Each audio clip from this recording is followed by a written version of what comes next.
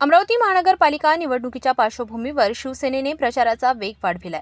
सोमवारी प्रभाग क्रमांक 11 रुक्मिणीनगर फ्रेजरपुरा परिसरात शिवसेनेच्या अधिकृत उमेदवार चारुशीला जामठे, पियुष राठी आणि सचिन बुंदिले यांच्या प्रचारार्थ शिवसेनेच्या उपनेत्या प्रीती बंड यांनी भव्य पदयात्रा काढली। या पदयात्रेदरम्यान शिवसेनेच्या घोषणा, फटाक्यांची आतिषबाजी आणि नागरिकांचा उत्स्फूर्त प्रतिसाद पाहायला मिळाला।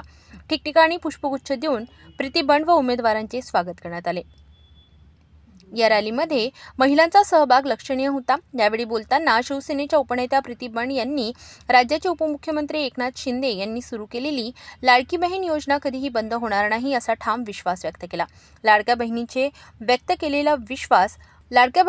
लाडके भाऊ असलेले एकनाथ शिंदे हे नेहमीच महिलांच्या पाठीशी उभे राहिले आहेत असे त्या म्हणाल्या। शिवसेनेच्या या प्रचार दौऱ्यामुळे प्रभागात राजकीय वातावरण तापले असून शिवसेनेच्या उमेदवारांना मिळणारे समर्थन स्पष्टपणे दिसून येत आहे। अमरावती महानगरपालिका निवडणुकीमध्ये शिवसेनेची काय स्थिती आहे आणि कशा प्रकारे प्रचाराला प्रतिसाद मिळत आहे? शिवसेनेची स्थिती तुम्ही बघत आहे, प्रत्येक ठिकाणी उत्साह फार आहे आणि शिवसेनेची स्थिती ज्या पद्धतीने वाढते आणि ज्या पद्धतीने आम्ही वरवर चाललोय दिवसेंदिवस, मला असं वाटतं आम्ही किंग मेकर नक्की राहणार आहे महानगरपालिकेत। महापालिका क्षेत्रामध्ये असं वाटतं की 4 वर्षापासून प्रशासक राज होता, काय चित्र होतं म्हणजे ते शिवसेना त्याच्यावर परिवर्तन करणार?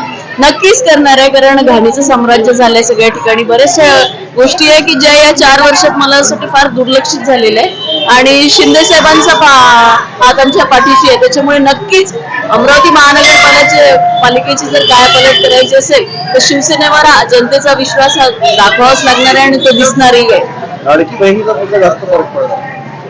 बघा, साहेबांनी मला लाडकी बहीण म्हणूनच घेतलं, एक बहीण म्हणूनच आणि म्हटलंय त्यांनी की जो तुझ्या आडवा येईल त्याच्या आडवा मी येईल, असे आमचे शिंदे साहेब आहेत। त्याच्यामुळे प्रत्येक बहिणीला तो अभिमान आहे। काय येणाऱ्या काळामध्ये येणार असं वाटतं शिवसेनेला? आम्ही तुम्हाला सांगतोय की आम्ही किंग मेकर नक्की राहणार आहे। किती सीट येणार आहे तो नंतरचा भाग आहे। जर बहुमत मिळालं नाही शिवसेनेला तर मग महायुती सारखं होणार का राज्याचं?